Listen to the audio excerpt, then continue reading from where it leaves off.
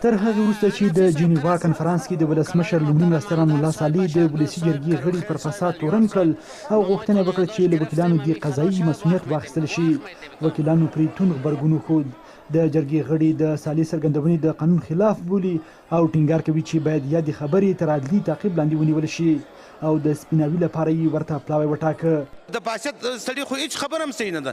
نو موږ ولې وزیران ته رایه ورکړو، ولې قانونونه پاسو، ولې بودیجه پاسو؟ ضرورت زموږ څه شی دی؟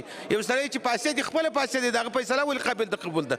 تر هغه وخته د ټولې مسایل یې بند شي تر څو چې زموږ عریضه سترې محکمې ته ولاړ نه شي او دوی زموږ سره محکمه ونه کړي. اظهارات معاون اول رئیس جمهور خلاف قانون اساسی است، اتهام است، پیگرد قانونی دارد، با سرنوالی معرفی و مورد تعقیب عدلی قرار گیرد.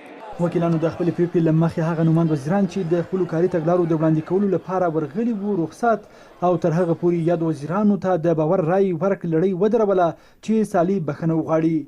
ما شما در تقابل با دولت نیستیم. رئیس جمهور رئیس عرصه قوا است. صرف یک نفر است که میخواه مناسبات دو قوا را صدمه بزنه و هدفهای شخصی خود به دست بیاره. دوی په همدې باندې په کار دي چې ولې دی وزیر صاحبانو ته رایه ورکړل شو دي وکیلانو، ځکه چې دوی نظام نه غواړي که نه.